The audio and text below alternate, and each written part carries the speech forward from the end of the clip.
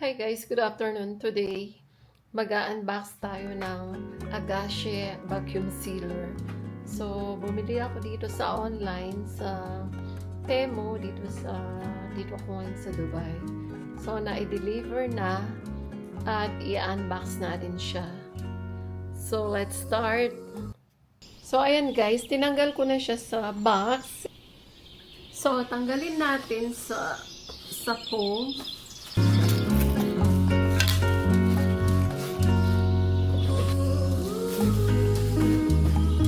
So, meron siyang kasamang plastic. Ito, yung roll na plastic.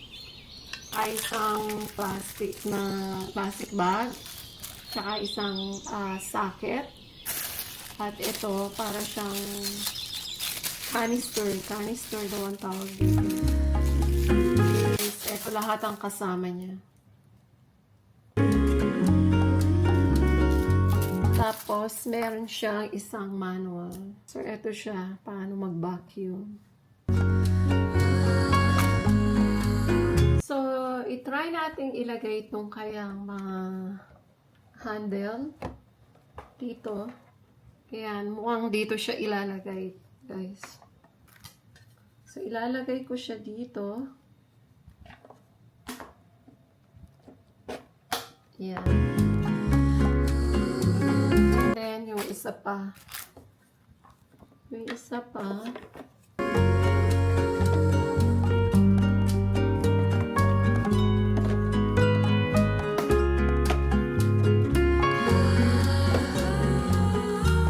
So, ito. Meron siyang ulmahan dito.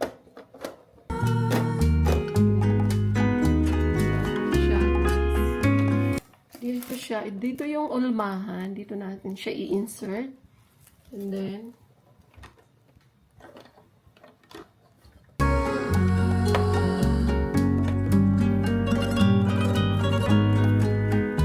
open natin.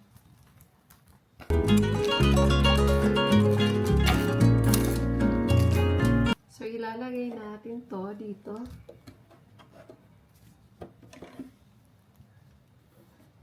I-move natin.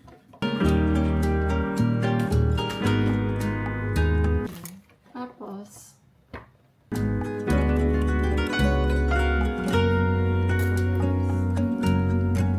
kung gustong mag-cut, parang ganito siya. O, may talim siya dito sa baba. Kung gusto mong mag-cut, ganito lang.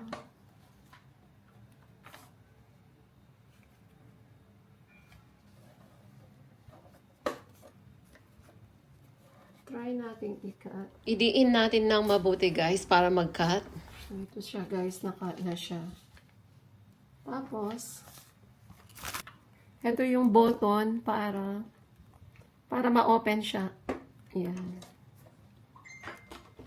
Ayan. Tapos, pag isi-sealed mo na siya, ito na guys, ang actual sealing. Yung hinanda kong fishbowl and daing, i-demo natin yung actual sealing dito. I-insert natin yung plastic na may button na parang clip.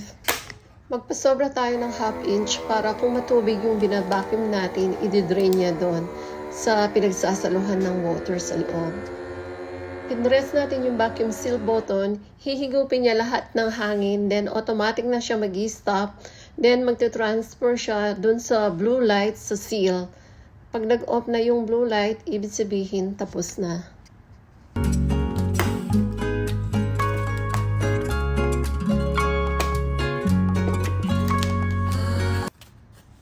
Yan guys, kitang-kita nyo naman yung hangin sa loob, higop na higop.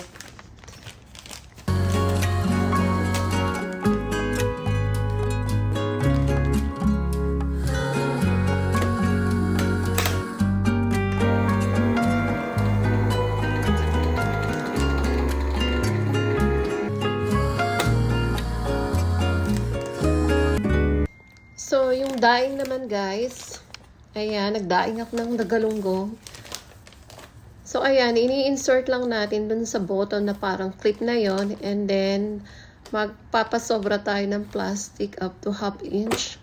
And then, higpitan natin yung pag-push para mag-lock. Then, click natin yung vacuum seal.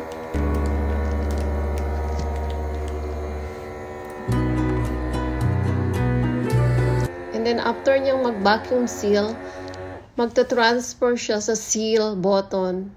And then, pag nag-stop na yung light ng seal button, tapos na siya. Yan guys, paulit-ulit lang natin gawain. Medyo madami-dami pa yung aking bina-vacuum seal. So, ayan guys.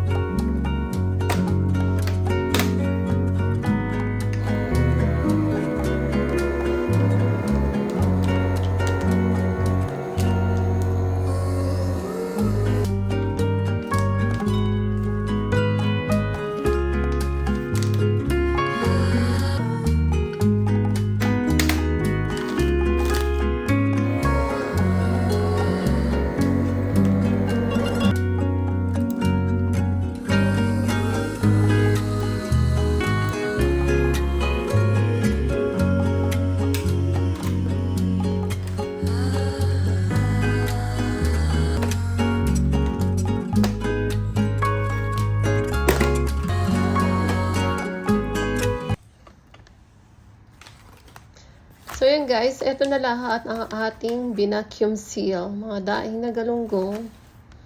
And then, fishbowl. So, pwede na natin ilagay sa ating freezer. Maganda at malinis tignan.